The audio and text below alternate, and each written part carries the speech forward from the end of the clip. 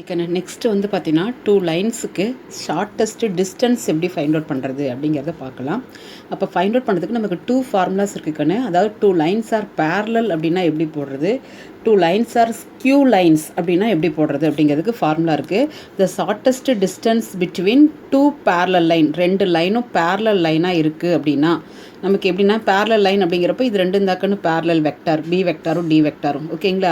அப்போ நமக்கு டிஸ்டன்ஸ் கண்டுபிடிக்கிறதுக்கு ஃபார்முலா என்னென்னா C vector minus A vector cross B vector. ஏன்னா நமக்கு இந்த பியும் டியும் பேரலல் அப்படிங்கிறப்போ நமக்கு ஒரே மாதிரி தான் இருக்கும், இல்லைன்னா சம் மல்டிபிளாக இருக்கும். அதனால தான் நம்ம உங்கள் கிராஸ் பி வெக்டார் மட்டும் எடுத்துக்கிறோம். ஓகேங்களா? Divided by modulus of B vector, where B vector வந்து கண்டிப்பாக நாட் ஈக்குவல் டு 0வாக இருக்கணும். ஓகே, இதுவே வந்து பார்த்திங்கன்னா the short distance between the 2 skew lines. Skew லைன்ஸ்னால் என்ன அர்த்தம்னாக்கன்னா நாட் பேரலல் லைன்ஸ் அப்படின்னு அர்த்தம். ஓகேங்களா?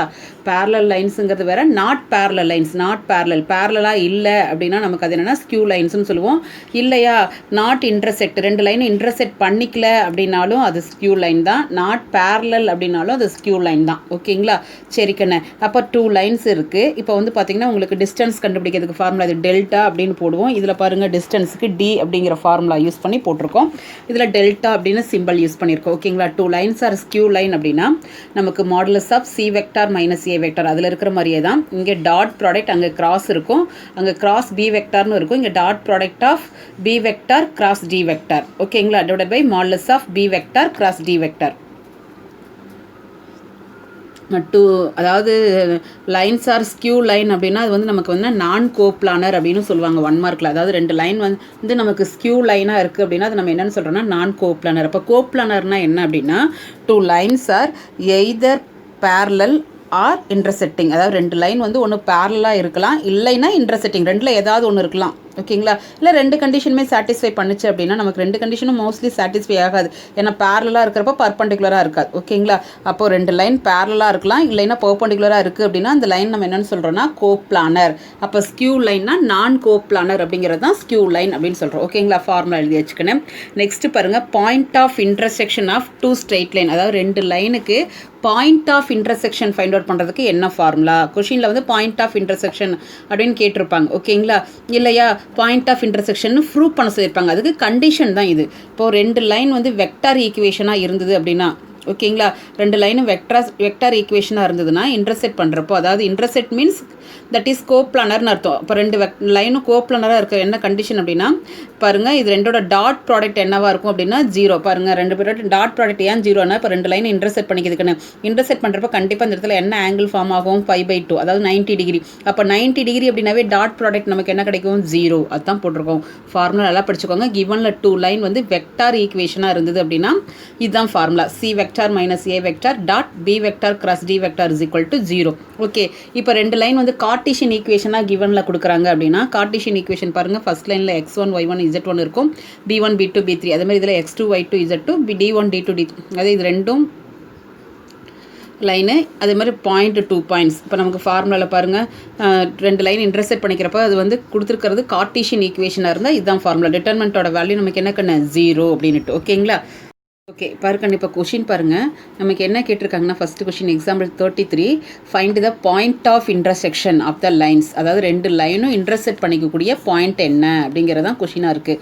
அப்போ 2 லைனும் இன்டர்செக்ட் பண்ணிக்கக்கூடிய பாயிண்ட் இப்போ வந்து நமக்கு எதில் கொடுத்துருக்காங்க, கார்ட்டீசியன் ஈக்குவேஷனில் கொடுத்துருக்காங்களாக்கண்ணே. இது மாதிரி கொடுத்துருந்தாங்க அப்படின்னா ஒவ்வொரு லைனையும் நம்ம என்ன பண்ணணும்னா சம் ஒரு கான்ஸ்டன்ட்டுக்கு ஈக்குவேட் பண்ணிவிட்டு அதுலேருந்து நம்ம கொண்டு வரணும். மீன்ஸ் இப்போ தானே நீங்கள் சொன்னீங்க 2 லைன் வந்து இன்டர்செக்ஷனாக இருக்கிறதுக்கு பாயிண்ட் ஆஃப் இன்டர்செக்ஷனுக்கு கண்டிஷன் அப்படின்னு சொல்லிட்டு மாடுலஸ் ஆஃப் டிட்டர்மெண்ட்டோட வேல்யூ நமக்கு 0 அப்படின்னு வரணும்னு சொன்னீங்களா, அதே மாதிரி போடலாமே. அப்போ டிட்டர்மெண்ட்டோட வேல்யூ உங்களுக்கு இந்த இடத்துல ப்ரூவ் தட் அப்படின்னு கொடுத்துருந்தாங்க. 2 லைனும் பாயிண்ட் ஆஃப் இன்டர்செக்ஷன் இன்டர்செக்ட் பண்ணிக்குது அப்படின்னு ப்ரூவ் தட் கேட்டிருந்தாங்கன்னா நீங்கள் அந்த கண்டிஷனில் அப்ளை பண்ணுறப்போ 0 வந்ததுன்னா நமக்கு வந்து பாயிண்ட் ஆஃப் இன்டர்செக்ஷன் சொல்லிக்கலாம், 2 லைனும் இன்டர்செக்ட் பண்ணிக்குதுன்னு சொல்லிக்கலாம். ஓகேங்களா? அதே மாதிரி 2 லைனும் இன்டர்செக்ட் பண்ணிக்கிங்கிற கண்டிஷனை கீழே கிவனில் கொடுத்துட்டு find the value of M X அது மாதிரி கேட்டிருந்தாங்கன்னா நம்ம அந்த கண்டிஷன் யூஸ் பண்ணிக்கலாம். ஆனால் இவங்க என்ன கொடுத்துருக்காங்கன்னா பாயிண்ட் ஆஃப் இன்டர்செக்ஷன், அந்த 2 லைனும் எந்த எந்த பாயிண்டில் இன்டர்செக்ட் பண்ணிக்குது. அப்போ அந்த பாயிண்ட்டுங்கிறது XYZ என்னன்னு கண்டுபிடிக்க போகிறோம். ஓகேங்களா? இப்போ பாருங்கள், இது மாதிரி கார்ட்டீசியன் ஈக்குவேஷன் கொடுத்துருந்தாங்கன்னா ஃபஸ்ட்டு ஈக்குவேஷனை ஒரு கான்ஸ்டன்ட்டுக்கு ஈக்குவேட் பண்ணிவிட்டு XYZ, இது நம்ம லாஸ்ட் எக்ஸசைஸ்லேயே நான் சொல்லியிருக்கேன் எப்படி XYZ இந்த ஃபஸ்ட்டு பாயிண்ட் எடுத்துகிட்டு எஸ்ஸுக்கு ஈக்குவேட் பண்ணுங்கள், அதுலேருந்து எக்ஸ் கண்டுபிடிச்சிருக்கேன். செகண்ட் பாயிண்ட் எடுத்துகிட்டு எஸ்ஸுக்கு ஈக்குவேட் பண்ணால் ஒய் தெரிஞ்சிருது. அது மாதிரி தேர்ட் பாயிண்ட் அப்போ XYZ என்ன கிடச்சிருக்கு நமக்கு 2s + 1 3s + 2 4s + 3. ஓகேங்களா? இது அதே மாதிரியே நமக்கு செகண்ட் லைன் எடுத்துக்கோங்க. செகண்ட் லைன் எடுத்துகிட்டு டீக்கு இங்கே எஸ்ன்னு யூஸ் பண்ணிட்டோம்லவா, அதனால் டீக்கு யூஸ் பண்ணிக்கோங்க. இதே மாதிரி எடுத்து ஈக்குவேட் பண்ணிங்கன்னா XYZோட பாயிண்ட் தெரிஞ்சிருச்சு. இப்போ பாயிண்ட் ஆஃப் இன்டர்செக்ட் அப்படிங்கிறப்போ ரெண்டு லைன் இன்டர்செக்ட் பண்ணிக்கிறப்போ சேம் பாயிண்டில் தான் இன்டர்செக்ட் பண்ணிக்குமா. அப்போ இந்த லைனோட XYZங்கிற பாயிண்ட்டும் இந்த லைனோட XYZங்கிற பாயிண்ட் எப்படி இருக்கும், சேமாக இருக்கும். அதுதான் எழுதியிருக்கேன் பாருங்கள். Show at the point of intersection for same values of S and T we have, ரெண்டு வேல்யூ எப்படி இருக்குன்னா ஈக்குவலாக இருக்கும். ஏன்னா ரெண்டு லைனும் வந்து ஒரே பாயிண்டில் தான் இன்டர்செக்ட் பண்ணிக்கும். ஸோ இப்போ எடுத்து நான் எக்ஸ் பாயிண்ட் ரெண்டையும் ஈக்குவேட் பண்ணிக்கிறேன், ஒய் பாயிண்ட் ரெண்டு. நீங்கள் இது ரெண்டில் ஏதாவது ரெண்டு XYயை ஈக்குவேட் பண்ணிக்கலாம், இல்லை YZ ஈக்குவேட் பண்ணிக்கலாம், இல்லை XZ ஈக்குவேட் பண்ணி எனக்கு எஸ்ஸும் டியும் கண்டுபிடிக்கணும். ஸோ நான் என்ன பண்ணுறேன், ஃபஸ்ட்டில் இருக்கக்கூடிய எக்ஸ் பாயிண்ட் எடுத்து ஈக்குவேட் பண்ணால் எல்லாம் டீயை ஒன் சைடு கொண்டு வந்துருங்க, கான்ஸ்டன்ட் டேர்ம் ஒன் சைடு கொண்டு வந்து ஒரு ஈக்குவேஷனாக மாற்றிக்கிட்டேன். அதே மாதிரி அடுத்தது பாருங்கள், ஒய் பாயிண்ட் ரெண்டில் இருக்கக்கூடிய ஒய் பாயிண்ட்டை ஈக்குவேட் பண்ணி அதில் ஒரு ஈக்குவேஷன் ஃபார்ம் பண்ணிச்சு. இப்போ ரெண்டு ஈக்குவேஷன் இருக்குங்களா, ரெண்டு STயில் இருக்குங்களா, இது எலிமினேஷன் மெத்தடில் சால்வ் பண்ணிங்கன்னா உங்களுக்கு எஸ் என்ன டி என்னன்னு தெரிஞ்சிடும். நீங்கள் ஏதாவது ஒன்று கண்டுபிடிச்சிங்கன்னா போதும், எஸ் கண்டுபிடிச்சா எஸ் கண்டுபிடிச்சிங்கன்னா இதில் கொண்டு அப்ளை பண்ணிக்கோங்க, டி கண்டுபிடிச்சா இதில் அப்ளை பண்ணிக்கோங்க. ரெண்டு பாயிண்ட்டும் ஒரே மாதிரி தான் வரும். நான் பாருங்கள் என்ன பண்ணியிருக்கேன்னா டீயை எலிமினேட் பண்ணி எஸ்ஸை மட்டும் கண்டுபிடிச்சிருக்கேன். அப்போ எஸ்ஸோட வேல்யூ நமக்கு டிவைட் பண்ணுறப்ப என்ன கிடைக்குது, -1. அப்போ S = -1 இந்த பாயிண்ட்டில் அப்ளை பண்ணிங்கன்னா அந்த பாயிண்ட் ஆஃப் இன்டர்செக்ஷன் நமக்கு என்ன கிடைக்குதுன்னா -1 -1 -1. நீங்கள் எஸ்ஸுக்கு பதிலாக -1 அப்ளை பண்ணி காமிச்சிருக்கேன். ஓகேங்களா? இதுவே நீங்கள் டீயை கண்டுபிடிச்சிட்டு டீ இருக்கக்கூடிய இந்த பாயிண்ட்டில் கொண்டு போய் அப்ளை பண்ணிங்கனாலும் உங்களுக்கு அதே பாயிண்ட் தான் கிடைக்கும். ஓகேங்களா? நெக்ஸ்ட் கொஸ்டின் பாருங்கள், 34. Find the equation of a straight line passing through the point of intersection of the straight line. இந்த ரெண்டு ஸ்ட்ரெயிட் லைனும் இன்டர்செக்ட் பண்ணிக்கிற பாயிண்ட் வழியாக பாசஸ் ஆகுது அப்படின்னு சொல்லியிருக்காங்க. அப்போ அந்த பாசிங் த்ரோ பாயிண்ட் தான் நம்ம என்னவா எடுத்துக்கணும்னு சொல்லியிருக்கேன். ஏற்கனவே லாஸ்ட் எக்ஸசைஸில் பொசிஷன் வெக்டாராக எடுத்துக்கணும்னு சொல்லியிருக்கேன். இங்கே பாசிங் த்ரோ பாயிண்ட் கொடுக்கல, கண்டிஷன் கொடுத்துருக்காங்க. Find the equation of a straight line. ஒரு ஸ்ட்ரெயிட் லைன் நமக்கு ஃபைண்ட் அவுட் பண்ண சொல்லியிருக்காங்க. அந்த ஸ்ட்ரெயிட் லைன் வந்து passing through the point of intersection of the two straight line. இந்த ரெண்டு ஸ்ட்ரெயிட் லைன் இன்டர்செக்ட் பண்ணிக்கிற பாயிண்ட் வழியாக பாசஸ் ஆகுது. அது மட்டும் இல்லாமல் and perpendicular to both lines. ஓகேங்களா? அது என்னன்னு சொல்லியிருக்காங்க, இந்த ரெண்டு லைனுக்கு அந்த லைன் பர்பண்டிகுலராக இருக்குது. நல்லா கவனிச்சுக்கோங்க, ரெண்டு லைனும் அதுக்கு பர்பண்டிகுலராக இருக்குது அப்படின்னாவே நம்ம ஃபைண்ட் அவுட் பண்ணக்கூடிய அந்த லைனுக்கு இந்த லைன் எப்படி இருக்கும் அப்படின்னா பேரலாக இருக்கும். ஓகேங்களா? இந்த ரெண்டு லைனும் பர்பண்டிகுலர் லைனும் சொல்லியிருக்காங்க கண்ணா, போத் ரெண்டு லைனும் மாற்றி மாற்றி பர்பண்டிகுலராக இருக்குது அப்படின்னா நம்ம ஃபைண்ட் அவுட் பண்ணக்கூடிய கேட்டிருக்காங்களா கொஷினு, அந்த லைனுக்கு பாருங்கள் இந்த லைன் ரெண்டும் பர்பண்டிகுலராக இருக்குன்னு வச்சுக்கோங்க. நம்ம ஃபைண்ட் அவுட் பண்ணக்கூடிய லைன் இந்த லைன் வந்து பார்த்தீங்கன்னா எப்படி இருக்கும் அப்படின்னா பேரலாக இருக்கும் அப்படிங்கிற கண்டிஷன் நீ தெரிஞ்சுக்கணும். ஓகே பாருங்கள், ஃபஸ்ட்டு கிவன் லைன் எடுத்துக்கிட்டேன், ஏ என்ன பி என்னங்கிறத எடுத்து எழுதியிருக்கேன் ஃபஸ்ட்டு ஸ்ட்ரெயிட் லைனில். செகண்ட் லைன் நமக்கு இருக்குது, இதுலேயும் நமக்கு வந்து பார்த்தோன்னா நான் என்ன பண்ணியிருக்கேன் அப்படின்னா இந்த கிவன் லைனையும் இந்த வெக்டரில் இருக்குல்ல, இந்த வெக்டர் ஈக்குவேஷனையும் நான் என்னவா மாற்றிக்கிறேன்னா கார்ட்டீசியன் ஈக்குவேஷனாக மாற்றிக்கிறேன். கார்ட்டீசியன் ஈக்குவேஷனாக மாற்றுறப்போ ஒன்றும் இல்லை கண்ணு, இதில் வந்து பொசிஷன் வெக்டர் இது பி வெக்டர். அப்போ நம்ம என்ன பண்ணுவோம், பொசிஷன் வெக்டர் தான் பாசிங் த்ரோ பாயிண்ட் 1 3 -1. பாருங்கள் x - x1ங்கிறப்போ -1. இது வந்து பாயிண்ட் வந்து உங்களுக்கு பார்த்தீங்கன்னா 1 3 -1. இதில் கொண்டு போய் நான் பாயிண்ட் அப்ளை பண்ணியிருக்கேன். டினாமினேட்டரில் barrel vector P1 P2 P3 திரும்பலவா, அது தான் இந்த 2 3 2 அப்ளை பண்ணியிருக்கேன். ஓகேங்களா? இப்போ அனதர் ஈக்குவேஷன் கார்ட்டீசியன் ஈக்குவேஷன் கொடுத்துருக்காங்க. இதில் வந்து பார்த்தீங்கன்னா சின்ஸ் த லைன்ஸ் ஆர், இது ரெண்டு நமக்கு இன்டர்செக்ட் அப்படின்னு சொல்லியிருக்காங்களா, ஸோ அது ரெண்டையும் இன்டர்செக்டிங் பாயிண்ட் என்னன்னு கண்டுபிடிக்கிறேன். இப்போ தான் லாஸ்ட் எக்ஸாம்பிள் கொஸ்டின் நான் சொன்னேன், இன்டர்செக்டிங் பாயிண்ட் கண்டுபிடிக்கிறப்போ ஃபர்ஸ்ட் லைனை வந்து நீங்கள் ஈக்குவல் டு எஸ்ன்னு வச்சுக்கோங்க, second line is equal to டீன்னு வச்சுக்கோங்க. இப்போ இன்டர்செக்டிங் லைன் கண்டுபிடிக்கிறோன்னு ஃபஸ்ட் லைன் வந்து நம்ம எஸ்ன்னு வச்சுக்கிட்டோம், இதுலேருந்து XYZ பாயிண்ட் கண்டுபிடிச்சிருக்கேன். அது மாதிரி செகண்ட் லைனை டீன்னு வச்சுக்கிட்டேன், அதுலேருந்து XYZ பாயிண்ட் கண்டுபிடிச்சிக்கிட்டேன். ஓகேங்களா? இப்போ நமக்கு ரெண்டு லைனும் ஒரே பாயிண்ட்டில் தான் இன்டர்செக்ட் பண்ணும். ஸோ அந்த பாசிங் த்ரோ பாயிண்ட் கண்டுபிடிக்கிறப்போ ரெண்டோட XYZ பாயிண்ட் ஈக்குவல். இதுலேருந்து நீங்கள் ஏதாவது ரெண்டை ஈக்குவல் பண்ணி, இப்போ தான் லாஸ்ட் கொஸ்டின் சொன்ன மாதிரி இதில் எக்ஸ் பாயிண்ட் ஈக்குவல் பண்ணியிருக்கேன், ஒய் பாயிண்ட் ஈக்குவல் பண்ணி ரெண்டு ஈக்குவேஷன் கண்டுபிடிச்சாச்சு. இந்த ரெண்டு ஈக்குவேஷனையும் சால்வ் பண்ணிங்க அப்படின்னா உங்களுக்கு எஸ்ஸோட வேல்யூ தெரியும். எஸ்ஸோட வேல்யூ கொண்டு போய் இதில் அப்ளை பண்ணிங்கன்னா உங்களுக்கு பாயிண்ட் என்னன்னு தெரியும். நான் ஏற்கனவே சொல்லியிருக்கேன், எஸ்ஸை கண்டுபிடிக்கல இல்லைனா டீயை கண்டுபிடிக்கலாம், ஏதோ ஒன்றை கண்டுபிடிச்சி அப்ளை பண்ணிக்கோங்க. ஓகேங்களா? இப்போ நமக்கு பாயிண்ட் என்னங்கிறது தெரிஞ்சிருச்சு. அந்த பாயிண்ட்டுக்கு வந்து நமக்கு என்னென்னா பாசிங் த்ரோ பாயிண்ட்.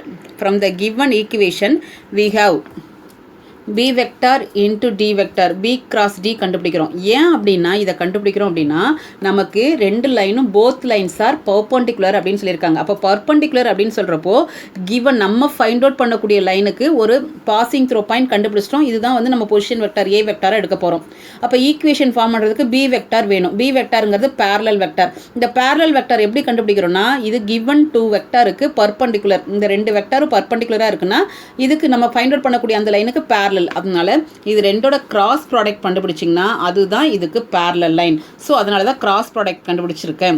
பாருங்கள், perpendicular to both the given straight line. ரெண்டு ஸ்ட்ரைட் லைனும் பர்பண்டிகுலராக இருக்கிறனால நம்ம என்ன பண்ணியிருக்கோம்னா கிராஸ் ப்ராடக்ட் நான் கண்டுபிடிச்சி வச்சுட்டேன். ஓகே, பாருங்கள், the required straight line passing through. Required straight லைனுங்கிறது நம்ம ஃபைண்ட் அவுட் பண்ணக்கூடிய ஸ்ட்ரைட் லைன். அந்த லைன் இந்த பாயிண்ட் வழியாக பாசஸ் ஆகுது. அது மட்டும் இல்லாமல் and perpendicular to both the given straight line. நம்ம ஃபைண்ட் அவுட் பண்ணக்கூடிய லைன் வந்து பார்த்தோன்னா கிவனில் கொடுத்துருக்க அந்த டூ ஸ்ட்ரெயிட் லைனுக்கும் எப்படி இருக்குன்னா பர்பண்டிகுலராக இருக்குது. ஓகேவா?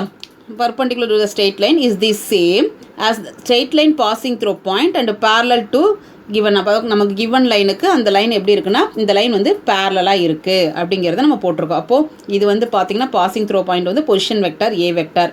இது வந்து பேரலங்கிறப்போ பி வெக்டார். அப்போ நம்ம ஃபார்முலா எழுதுகிறப்போ R vector is equal to A vector plus இது வந்து எம். நம்ம வந்து டீன்னு போட்டிருப்போம். இது வந்து நம்ம டிஃப்ரென்ஷியேட் காமிக்கிறதுக்காக எம்னு போட்டிருக்கோம். ஏவோட வேல்யூ அப்படிங்கிறப்போ 3i + 6j + k. பியோட வெக்டர் வந்து பார்த்தோன்னா 8i - 6j + k. ஓகேவா கண்ணு? ஓகே, இதில் என்ன கேட்டிருக்காங்கன்னா determine whether the pair of straight lines. ரெண்டு ஸ்ட்ரெயிட் லைன் கொடுத்துருக்காங்க. ஃபஸ்ட்டு பேரலான்னு கேட்டிருக்காங்க. அதுக்கப்புறம் find the shortest distance between them. First இந்த ரெண்டு லைனும் பேரலான்னு சொல்லிட்டு அதுக்கப்புறம் அதோட டிஸ்டன்ஸ் என்னங்கிறத கேட்டிருக்காங்க. ஓகேவா? பேரலல் அப்படின்னாவே ஒன்றும் இல்லை கண்ணு. இங்கே பாருங்கள், இந்த லைன் இருக்குல்லவா, இந்த பி வெக்டார், இது டி வெக்டார். இந்த பி வெக்டாரும் டி வெக்டாரும் தான் பேரலாங்கிறத நம்ம செக் பண்ணணும். ஏன்னா இது ரெண்டும் தான் பேரலல் வெக்டார். அப்போ செக் பண்ணுறப்போ ஒரு வெக்டார் வந்து பார்த்தோன்னா அதர் வெக்டாருக்கு சம் மல்டிபிளில் இருக்கணும். அப்படி இருந்ததுனாவே நமக்கு அது பேரலல் வெக்டார் அப்படின்னு சொல்லிடலாம். இல்லையா நாட் பேரலல் அப்படின்னு சொல்லிடலாம். அங்கே பாருங்கள், ஃபஸ்ட்டு நான் கிவன் டூ ஈக்குவேஷன் வந்து எடுத்து எழுதி இதில் இதுதான் ஏ வெக்டார், இது பி வெக்டாருக்குன்னு, இது சி வெக்டார், டி வெக்டார். ஏன்னா ரெண்டு line R vector is equal to A plus டிபிங்கிறது ஒரு வெக்டார். அனதர் லைன் வந்து R vector is equal to C vector plus TD, இல்லைல்ல எஸ்டின்னு வச்சுக்கலாம். எஸ் தான் அங்கே கொடுத்துருக்காங்க, எஸ்டி வெக்டார். அப்போ அதுலேருந்து ஏபிசிடி எடுத்து எழுதிட்டேன். நான் என்ன சொன்னேன், இந்த ரெண்டு வெக்டாரையும் தான் கம்பேர் பண்ணி பார்க்கணும்னு சொல்லியிருக்கேன். இந்த பியும் டியும் கம்பேர் பண்ணி பாருங்கள், ஏதாவது சம் மல்டிப்பிளில் இருக்கான்னு பாருங்கள். இதில் 2 இருக்குது, இதில் 3 இருக்குது, 4 இருக்குது. இதில் பாருங்கள் எதுவுமே மல்டிப்பிளில் இல்லை. ஸோ நமக்கு அதனால் இது என்னது கிளியராக நமக்கு தெரியுது, B vector is not a scalar multiple of D vector. இந்த பி வெக்டாரும் டி வெக்டாரும் சம் மல்டிப்பிளில் இல்லாதனால இந்த 2 வெக்டார்ஸ், அதாவது 2 லைன்ஸ் ஆர் நமக்கு என்னென்னா நாட் பேரலல். அப்போது நாட் பேரலல் அப்படின்னாவே நம்ம என்னென்னு சொல்லிடலாம், அந்த லைன் வந்து ஸ்கியூ லைனா. அப்போ ஷார்ட்டஸ்ட் டிஸ்டன்ஸ் நம்ம எதுக்கு போடணும், ஸ்கியூ லைனுக்கு என்ன ஃபார்முலாவோ அதை எடுத்து போடணும். சொல்கிறது புரியுதுங்களா? நாட் பேரலல்னு கிடச்சிருச்சு. ஸோ ஷார்ட்டஸ்ட் டிஸ்டன்ஸ் வந்து பார்த்தோன்னா நம்ம ஸ்கியூ லைனுக்கு என்ன ஷார்ட்டஸ்ட் டிஸ்டன்ஸ்க்கு ஃபார்முலாவோ அந்த ஃபார்முலா தான் எடுத்திருக்கேன். ஃபார்முலா எழுதிட்டா ஒன்றும் இல்லை, அதுக்கப்புறம் ஃபார்முலாவுக்கு தேவையானதான் கண்டுபிடிக்க போகிறோம். C vector minus A vector என்னன்னு ஃபஸ்ட்டு கண்டுபிடிச்சிக்கிறோம். ஏன்னா ஆல்ரெடி நான் ஏபிசிடி என்னங்கிறத எடுத்து ரைட் பண்ணிட்டேன். அடுத்து பி கிராஸ் டி கண்டுபிடிச்சிட்டோம். அதுக்கப்புறம் நம்ம என்ன பண்ணுறோம்னா இந்த ஃபார்முலா கொண்டு போய் அப்ளை பண்ணுறதுக்காக நியூமரேட்டரில் டாட் ப்ராடக்ட் வேணும். அப்போ சி மைனஸ் ஏவும் பி கிராஸ் டியும் டாட் ப்ராடக்ட் பண்ணிட்டோம். இப்போ டாட் ப்ராடக்ட் பண்ணுறப்ப கண்டிப்பாக நமக்கு ஜீரோன்னு கிடைச்சிருச்சு அப்படின்னா நீங்கள் டினாமினேட்டர் கண்டுபிடிக்கவே தேவையில்லை. ஏன்னா இது ஜீரோங்கிறப்ப ஜீரோ ஆல்ரெடி இதை கண்டுபிடிச்சி தான் வச்சுருக்கோம். இதுக்கு மாடுலஸ் கண்டுபிடிக்கணுங்கிற அவசியம் இல்லை. இது ஜீரோன்னு வந்துட்டாவே ஜீரோ பை எனிதிங் நமக்கு என்ன ஆயிரும், ஜீரோ. அப்போ ஜீரோ அப்படின்னு டிஸ்டன்ஸ் ஜீரோ அப்படின்னு வந்துருச்சு அப்படிங்கிறப்போ அந்த லைன்ஸ் நம்ம என்னன்னு சொல்கிறோன்னா பர்பெண்டிகுலர். டாட் ப்ராடக்ட் ஜீரோன்னு வந்துட்டாவே நமக்கு பாருங்கள், நான் எழுதியிருக்கேன், distance between the two given straight line is zero, thus the given line intersect each other. அப்போ ரெண்டு லைன் என்ன பண்ணிக்குதுன்னா இன்டர்செக்ட் பண்ணிக்குதுன்னு சொல்லலாம், இல்லை பர்பெண்டிகுலர்னு சொல்லலாம், இல்லை கோப்ளானர் அப்படின்னு சொல்லலாம். ஓகேங்களா? ஓகே, நெக்ஸ்ட் கொஸ்டின் பாருங்க 36. Find the shortest distance between the two straight line. இந்த ரெண்டு ஸ்ட்ரெயிட் லைனுக்கும் டிஸ்டன்ஸ் என்னங்கன்னு கேட்டிருக்காங்க கண்ணா. அப்போ ரெண்டு லைனும் ஃபஸ்ட்டு நீங்கள் பேரலாக அவங்க கேட்டாலும் கேட்கலினாலும் நீங்கள் பேரலாக இருக்கான்னு செக் பண்ணணும். பேரலாக இருந்ததுன்னா பேரலல் லைனுக்கு டிஸ்டன்ஸ் கண்டுபிடிக்கிறதுக்கு ஃபார்முலா இருக்குது, அதை அப்ளை பண்ணுங்கள். நாட் பேரலாக இருந்ததுன்னா ஸ்கியூ லைன்ஸுக்கு என்ன டிஸ்டன்ஸ் ஃபார்முலாவோ அதை அப்ளை பண்ணணும். ஓகேங்களா? இது பாருங்கள், ஒன்று வந்து வெக்டார் ஈக்குவேஷனில் இருக்குது, இன்னொன்று வந்து பார்த்தோன்னா கார்ட்டீசியன் ஈக்குவேஷனில் இருக்குது. இதையும் நீங்கள் என்ன பண்ணுறீங்கன்னா வெக்டார் ஈக்குவேஷனுக்கு மாற்றிக்கோங்க. ஒன்றும் இல்லை, வெக்டார் ஈக்குவேஷனுங்கிறது மேலே இருக்கிறது தான் x1 y1 z1 பாயிண்ட். அப்போ எழுதுறப்போ உங்களுக்கு x1 y1 z1 பாயிண்ட் என்ன கிடைக்கும், 3 0 -2. இதுதான் வந்து B vector, 2i vector minus J vector plus 2k vector. பாருங்கள், அதை வச்சு தான் நான் வந்து வெக்டார் ஈக்குவேஷன் அனதர் ஈக்குவேஷன் போட்டிருக்கேன். ஓகேங்களா? 3i இங்கே 0 இங்கே 2k பாசிங் த்ரோ பாயிண்ட் அதுதான் 3, 0, -2. ஓகேங்களா. அடுத்தது நமக்கு பேரலல் வெக்டாருங்கிறது கீழே இருக்கிறது 2i minus J plus 2k. பாருங்கள் அனதர் வெக்டார் எழுதியிருக்கேன்னா. இப்போ இது ஏ, இது பி, இது சி, இது டி எடுத்து எழுதியிருக்கனாக்கா. இப்போ இந்த பியும் டியும் தான் நீங்கள் கம்பேர் பண்ணி பார்க்கணும். இது பாருங்கள் ரெண்டுமே ஒரே மாதிரி நம்பர் இருக்கா, பட் என்ன இருக்குது மைனஸால் மல்டிப்ளை ஆகிருக்கு. அப்போ என்ன பண்ணலாம், ஒரு -1 வெளியே எடுத்துடலாங்களா. எடுத்துட்டா இதே மாதிரி கிடைக்கும். பாருங்கள் டி வெக்டாருங்க வந்து சம் மல்டிபிள் ஆஃப் பி வெக்டாராக இருக்குது. அப்போது சம் மல்டிபிள் ஆஃப் பி வெக்டாராக இருந்தால் இந்த 2 வெக்டார்ஸ் நமக்கு என்னவாக இருக்கும் கண்ணு, இது பேரலாக இருக்கும். அதுதான் எழுதியிருக்கேன். B vector is a scalar multiple of D vector. ஒரு நம்பரால் மல்டிப்ளை ஆகிருக்கு. So given 2 lines are parallel. அப்போ 2 லைன்ஸ் ஆர் பேரலல் அப்படின்னா டிஸ்டன்ஸ் கண்டுபிடிக்கிறதுக்கு என்ன ஃபார்முலாவோ அதை தான் எழுதியிருக்கேன். இதை first C vector minus A vector என்னன்னு கண்டுபிடிச்சிக்கோங்க. வர்ற ஆன்சரோட என்ன பண்ணணும், டி வெக்டாரை கிராஸ் ப்ராடக்ட் பண்ணிக்கோங்க. சாரி, இங்கே டி போடுறதுக்கு பின்னு போட்டக்குன்னு டி வெக்டார். டி வெக்டாரோட வேல்யூ தானே எடுத்து எழுதியிருக்கேன். எங்கே டி வெக்டாருங்கிறது என்ன இருக்குது, 2 மைனஸ் 1 2. ஓகே, வேல்யூ வந்து அதுதான் எழுதியிருக்கேன். நான் எழுதுறது மட்டும் நான் அந்த இடத்துல டிக்கு பதிலாக பின்னு எழுதிட்டேன். நீங்கள் நோட்டில் மாற்றிக்கோங்க. ஓகே, இதுக்கப்புறம் நம்ம இதோட வேல்யூ உங்களுக்கு தெரியும். ஐ வெக்டர் டவுன்வர்ட் மைனஸ் அப்வர்டு போட்டு கண்டுபிடிச்சாச்சு. இப்போ ஃபார்முலாவில் அதுக்கு என்ன வேணும், மாடுலஸ் வேல்யூ வேணுங்களா. அதனால நம்ம கண்டுபிடிச்ச வேல்யூக்கு மாடுலஸ் எடுத்திருக்கேன். மாடுலஸுங்கிறப்ப ரூட் ஆஃப் ஐ வெக்டரோட ஸ்கொயர் ஜே வெக்டர் கே வெக்டரை போட்டு சிம்பிளிஃபிகேஷன் பண்ணியாச்சு. அதுக்கப்புறம் டினாமினேட்டரில் நமக்கு என்ன கிடைக்கும், மாடுலஸ் ஆஃப் டி வெக்டார் வேணும். ஸோ மாடுலஸ் ஆஃப் டி வெக்டரோட வேல்யூ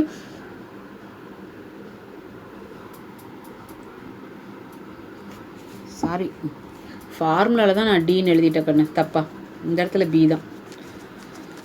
சாரி, இந்த இடத்துல தான் பி, நான் ஃபார்முலாவில் தான் தப்பாக எழுதிட்டேன். இங்கே பி வெக்டர், இதுவும் பி வெக்டர்.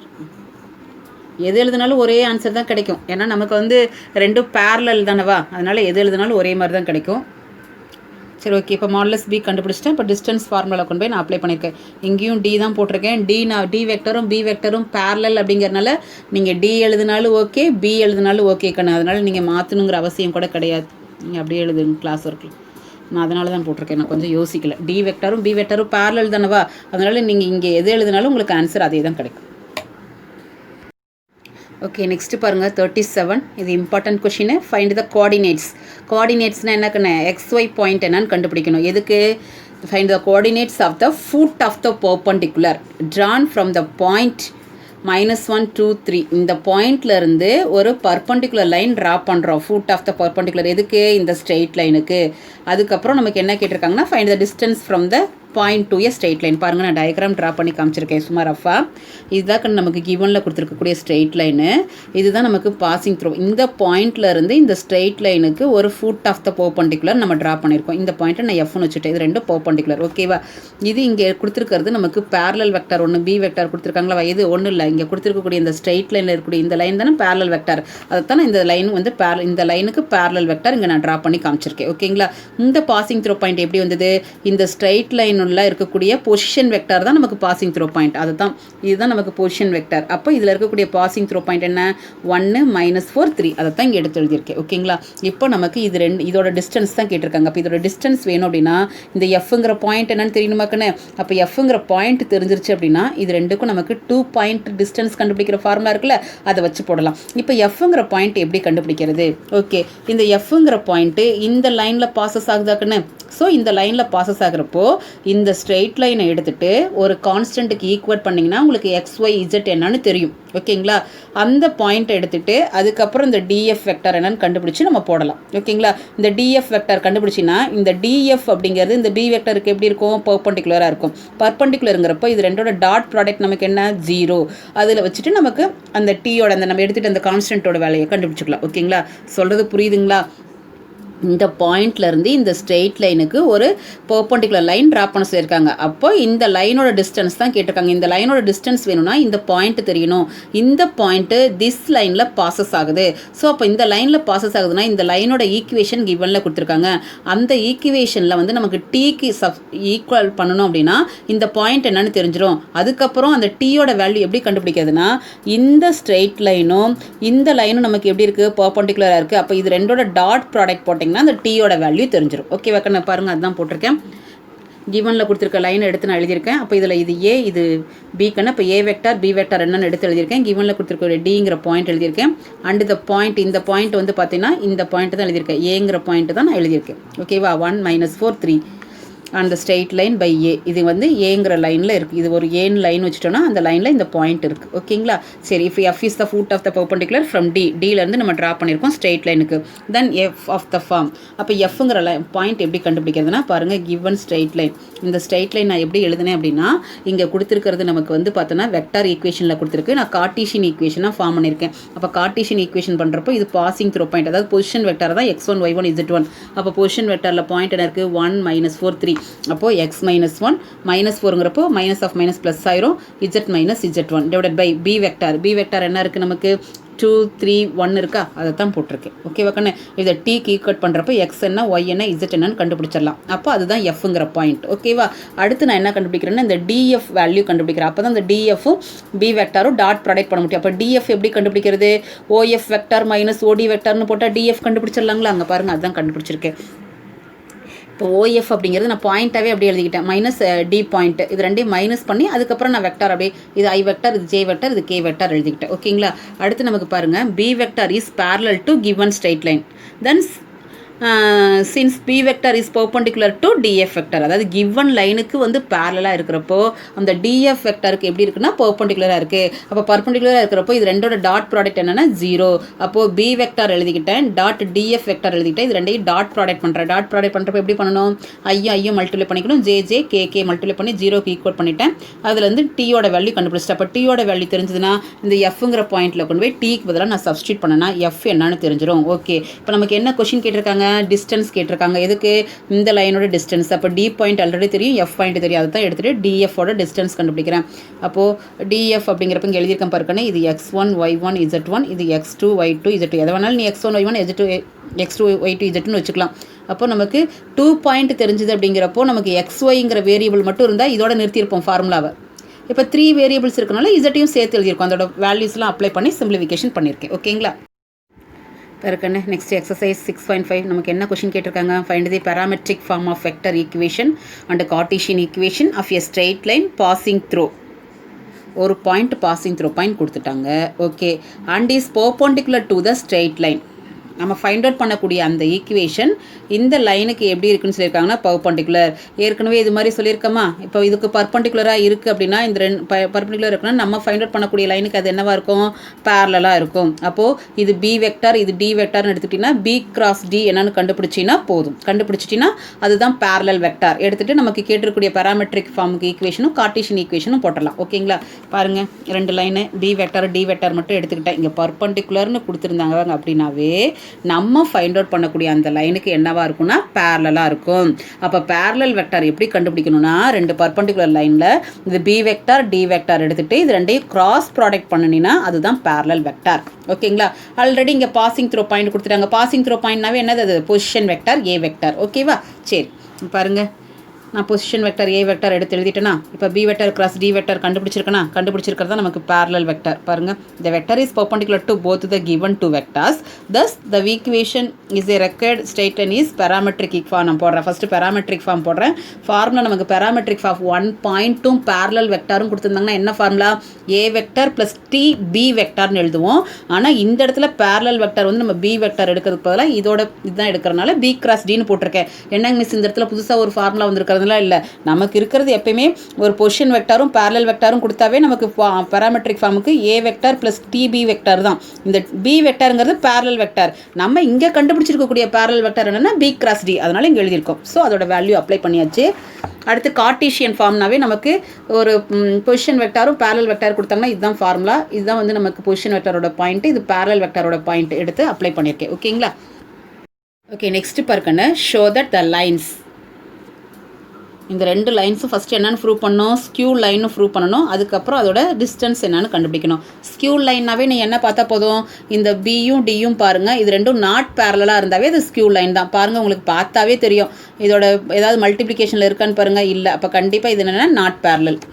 பாருங்கள், அது வெக்டர்லேருந்து இந்த கம்பேர் பண்ணி ஏ என்ன பி என்ன சி என்ன டி என்னன்னு எழுதியிருக்கேன்னு இது நான் வந்து இங்கே எழுதாமல் விட்டுட்டேன். இந்த இடத்துல நான் இப்போ எழுதி காமிச்சிருக்கேன். இதை நீங்கள் நோட்டில் எழுதிக்கோங்க. B vector is not a scalar multiple of D vector.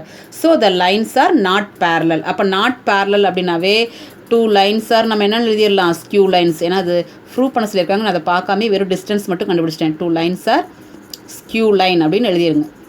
ஓகேவா, இதை நோட்டில் எழுதியிருக்கேன்னு மறக்காமல்.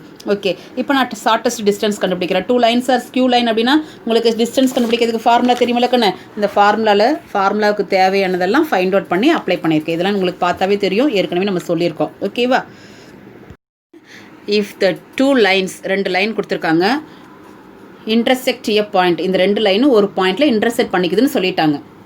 நமக்கு ஃபைண்ட் பாயிண்ட் ஆஃப் இன்டர்செக்ஷன் கேட்கல, கிவன்லேயே இன்டர்செக்ட் பண்ணிக்குதுன்னு சொல்லிட்டாங்க.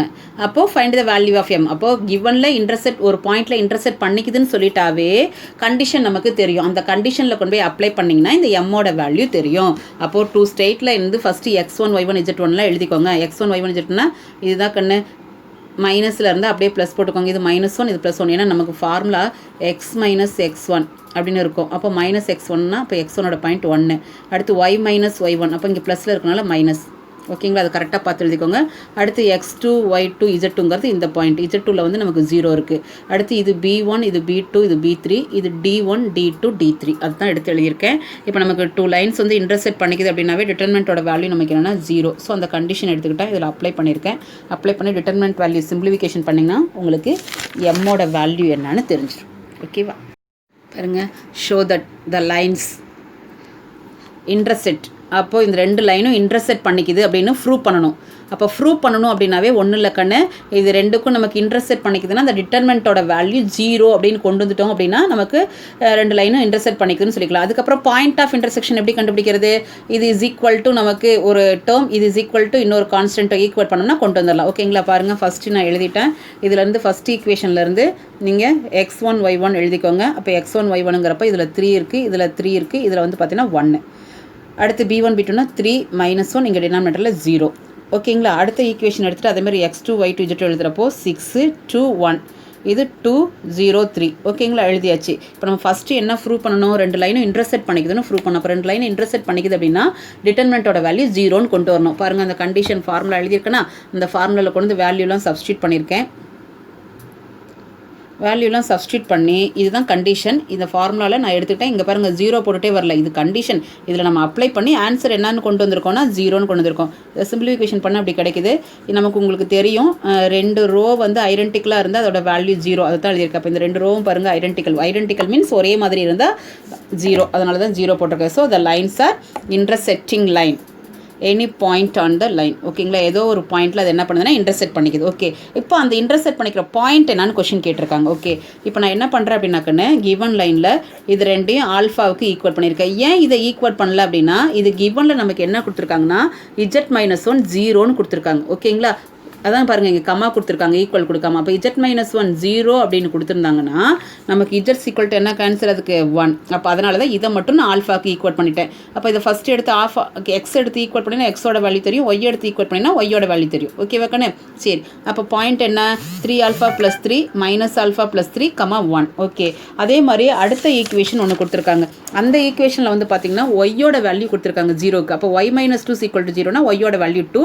அப்போ ரிமைனிங் இருக்கக்கூடிய 2 மட்டும் நான் பீட்டாவுக்கு ஈக்குவல் பண்ணிட்டேன். இதுலேருந்து எக்ஸ் என்ன இசட் என்னன்னு கண்டுபிடிச்சாச்சுக்கண்ணே. இப்போ இங்கே பாயிண்ட் வரப்போ 2 பீட்டா + 6 2 3 பீட்டா + 1. ஓகே, இந்த 2 பாயிண்ட்டுமே ஈக்குவல் தானே கண்ணே. அப்போ இது 2 பாயிண்ட் ஈக்குவலுங்கிறப்போ இதில் இஜட்டோட வேல்யூ தெரியும். நீ இஜட்டை எடுத்துகிட்டு ஈக்குவல் பண்ணிங்கன்னா பீட்டா கண்டுபிடிச்சிடலாம். இல்லையா, ஒய்யோட வேல்யூ 2 ஈக்குவல் பண்ணால் ஆல்ஃபா கண்டுபிடிச்சிடலாம். நீ ஏதோ ஒன்று எடுத்து ஈக்குவல் பண்ணினா போதும். நான் பாருங்கள், ஈக்குவேட்டிங் ஒய்யை ஈக்குவல் பண்ணால் ஆல்ஃபா வேல்யூ தெரிஞ்சிடும். அப்போ ஆல்ஃபாவோட வேல்யூவை கொண்டு போய் நான் எக்ஸில் ஆல்ஃபாக்கு பதிலாக அப்ளை பண்ணுறேன்.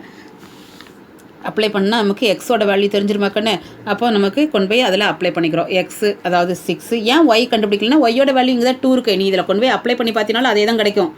நான் இருந்தாலும் இங்கே ஒய் 2ன்னு தெரியறனால அப்படியே எடுத்து அப்ளை பண்ணியாச்சு. ஓகேங்களா, 6 to 1. ஏன்னா இது 2மே பாயிண்ட் ஈக்குவல், அதனால் ஏதோ ஒன்று கண்டுபிடிச்சின்னா போதும்.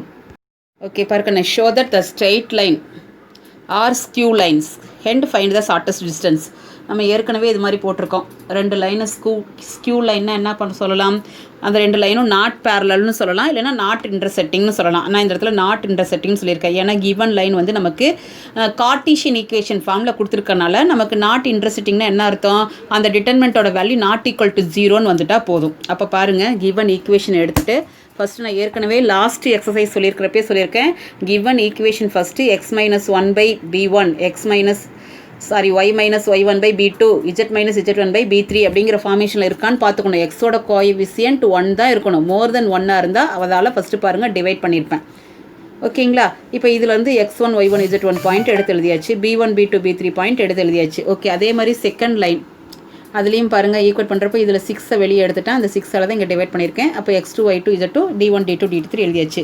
அப்போ நமக்கு 2 லைன் ஸ்கியூ லைன் அப்படிங்கிறப்போ இந்த கண்டிஷனில் அப்ளை பண்ணுறேன். சிம்பிளிஃபிகேஷன் பண்ணுறப்போ எனக்கு நாட் ஈக்குவல் டு 0ன்னு கிடச்சிருக்கு. அப்போ நாட் ஈக்குவல் டு 0ங்கிறப்ப இந்த லைன் சார் நமக்கு என்னவாக இருக்குன்னா ஸ்கியூ லைனாக இருக்கும். ஓகேங்களா? சரிக்கண்ணே, இப்போ நமக்கு ஸ்கியூ லைன் சொன்னதுக்கப்புறம் அவங்க என்ன கேட்டிருக்காங்க, ஸ்கியூ லைன் சொல்லிட்டேன். அடுத்து நமக்கு என்ன வேணும், டிஸ்டன்ஸ் வேணும். ஸோ டிஸ்டன்ஸ் கண்டுபிடிக்கிறதுக்கு நமக்கு ஃபார்முலா வந்து ஸ்கியூ லைனுக்கு டிஸ்டன்ஸ்க்கு இதுதான் ஃபார்முலா. அப்போ நியூமரேட்டரில் இருக்கிறத கண்டுபிடிக்க போகிறேன். அப்போ நியூமரேட்டரில் இருக்கிறத ஏன் நான் 7/6ன்னு கண்டுபிடிக்காமே போட்டிருக்கேன்னா, சி மைனஸ் ஏன்னா என்னக்குன்னு அர்த்தம், சிங்கிறது நமக்கு இந்த பாயிண்ட், அதாவது இந்த x2 y2ங்கிற பாயிண்ட் தான் சி, அதாவது செகண்ட் லைனில் இருக்கக்கூடிய பொசிஷன் வெக்டார். அதே மாதிரி இதில் இருக்கிறது வந்து ஏ. அப்போ இது ரெண்டும் மைனஸ் பண்ண வேல்யூ தான் நம்ம இங்கே போட்டிருக்கிறோம். ஆமாங்களா?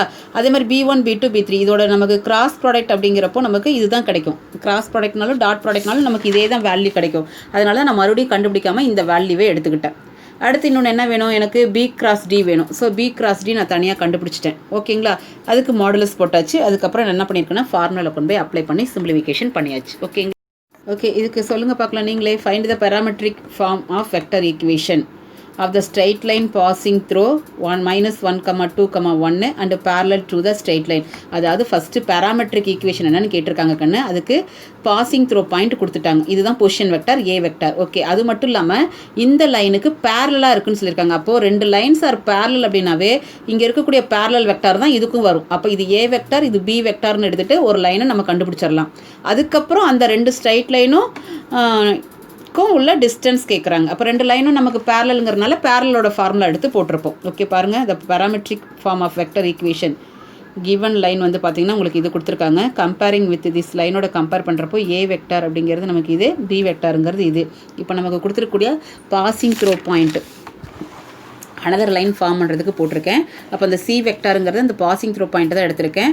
அடுத்து இந்த வெக்டர் ஈக்குவேஷன் ஃபார்ம் பண்ணுறப்போ அந்த பிங்கிறது ஏன் நான் இங்கே பீனே போட்டிருக்கேன் அப்படின்னா பேரலல் அப்படிங்கிறனால இதுக்கும் பி தான் இருக்கும். இந்த பொசிஷன் வெக்டார் மட்டும்தான் மாறி இருக்கும். அப்போ இந்த பி வெக்டார் எடுத்து எழுதியாச்சு. இப்போ இந்த 2 லைனும் பேரலல் அப்படிங்கிறனால பேரலல் ஃபார்முலா அப்ளை பண்ணி நான் கண்டுபிடிச்சிருக்கேன். இதெல்லாம் ஃபார்முலா அப்ளை பண்ணுறதாக்கு அதனால் நான் மறுபடியும் சொல்லலை, அதை பார்த்துக்கோங்க, உங்களுக்கே தெரியும். இந்த 7th கொஷின் பார்க்கணும். ஏற்கனவே நம்ம சொன்னது தான். Find the foot of the perpendicular drawn from the point. First வந்து நமக்கு அந்த ஃபுட் ஆஃப் த பெர்பெண்டிகுலர் கண்டுபிடிக்கணும். அதுக்கப்புறம் அந்த கொஷின் எக்ஸாம்பிள் கொஷினில் வந்து பார்த்திங்கன்னா உங்களுக்கு என்ன கேட்டிருந்தாங்க அப்படின்னா டிஸ்டன்ஸ் கேட்டிருந்தாங்க. இதில் என்ன கேட்டிருக்காங்கன்னா ஈக்குவேஷன் கேட்டிருக்காங்க. ஓகேங்களா? அதே மாதிரி இதுலேயே எஃப் பாயிண்ட் கண்டுபிடிச்சிட்டு டிஸ்டன்ஸ் ஃபார்முலாக்கு பதிலாக லாஸ்ட்டில் அந்த 2 பாயிண்ட்டை வச்சுட்டு ஈக்குவேஷன் கண்டுபிடிக்க போகிறோம். மெத்தட ப்ரொசீஜர்லாம் அதே தான். இங்கே பாருங்கள், இந்த ஈக்குவேஷன் இருக்காங்களா, இதை வந்து இதோட கம்பேர் பண்ணுறப்போ ஏ வெக்டர் என்ன பி வெக்டர் என்னன்னு எடுத்து எழுதியாச்சு. பாருங்கள், அதே மாதிரி டயக்ராம் போட்டிருக்குன்னா இந்த பாயிண்ட் வந்து பார்த்தோன்னா இந்த லைனில் பாசஸ் ஆகுமா. அப்போ அந்த லைனை என்ன பண்ணிக்கிட்டேன், டீக்கு ஈக்குவல் பண்ணி அந்த எஃப்ங்கிற பாயிண்ட் ஃபஸ்ட்டு என்னன்னு கண்டுபிடிச்சிருக்கேன். XYZ பாயிண்ட், அதான் எஃப்ங்கிற பாயிண்ட். ஓகேங்களா? அதுக்கப்புறம் இதில் பாசிங் த்ரோ பாயிண்ட் நமக்கு என்ன இருக்குது, டிங்கிற பாயிண்ட் இங்கே கிவனில் கொடுத்துருக்காங்க, அதான் எடுத்து எழுதியிருக்கேன். இப்போது நான் என்ன பண்ணுறேன், இந்த டிஎஃப்ங்கிற இந்த வெக்டர் இந்த பி வெக்டருக்கு பேரலாக்குன்னு இது எக்ஸாம்பிள் கொஷினில் நல்லாவே விளக்கமாக சொல்லியிருக்கேன். நீங்கள் அதை பார்த்தீங்கன்னாவே தெரியும். டிஎஃப் வெக்டர் இது பேரலுங்கிறப்போ அப்போ அந்த டிஎஃப் வெக்டர் என்னன்னு நான் கண்டுபிடிச்சிக்கிட்டேன். பி வெக்டர் ஆல்ரெடி கிவனில் இருக்குது. அப்போ இது ரெண்டும் பர்பெண்டிகுலர் அப்படிங்கிறப்ப நமக்கு என்னன்னு சொல்கிறோம், டாட் ப்ராடக்ட் வந்து 0. அப்போ 2 டாட் ப்ராடக்ட் பண்ணிங்கன்னா உங்களுக்கு அந்த டீயோட வேல்யூ தெரிஞ்சிடும். அந்த டீயை கொண்டு போய் இந்த எஃப் பாயிண்ட்டில் அப்ளை பண்ணிங்கன்னா உங்களுக்கு பாயிண்ட் என்னன்னு தெரிஞ்சிடும். அப்போ ஆல்ரெடி டி தெரியும், இப்போ எஃப் தெரியும். அப்போ 2 பாயிண்ட் தெரிஞ்சால் ஈக்குவேஷன் போடுறப்ப நமக்கு 2 பாயிண்ட் வச்சுட்டு நமக்கு எந்த ஈக்குவேஷன் வேணாலும் போடலாம். அவங்க வெறும் ஈக்குவேஷன் தான் கேட்டிருக்காங்கன்னா கார்ட்டீசியன் ஃபார்மில் ஈக்குவேஷன் போட்டிருக்கேன். 2 பாயிண்ட் தெரிஞ்சு. ஓகேவா? அப்ளை பண்ணி அவ்வளோதான். இந்த எக்ஸசைஸ் கம்ப்ளீட்டட்.